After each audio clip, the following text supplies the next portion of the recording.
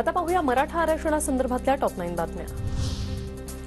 सरकारचं शिष्टमंडळ मनोज जरांगेंच्या भेटीला आमदार बच्चू कडू आणि मंगेश चिवटे अंतरवाली सराटीत। तोडगा नाही, 20 जानेवारीला मुंबईकडे निघणारच, आंदोलनावर ठाम।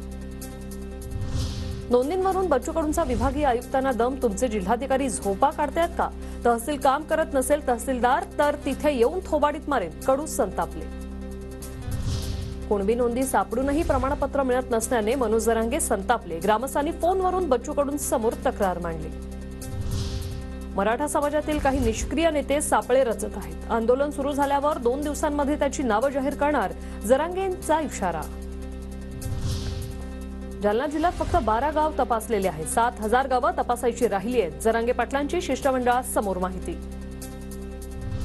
शिबिर भरवा, कुणबी नोंदी सापडलेल्या 54 लाख मराठ्यांना तात्काळ दाखले द्या, राज्याच्या मुख्य सचिवांचे सर्व जिल्हाधिकाऱ्यांना आदेश।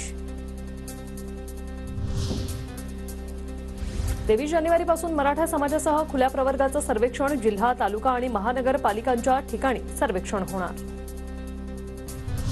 26 तारखेला ओबीसींचंही मुंबईत आंदोलन, मराठा ओबीसी आमने सामने येण्याची शक्यता। गाढवं डुकर तयार, आमच्या आंदोलनाची जबाबदारी सरकारची असेल, प्रकाश शेंडगेंची प्रतिक्रिया।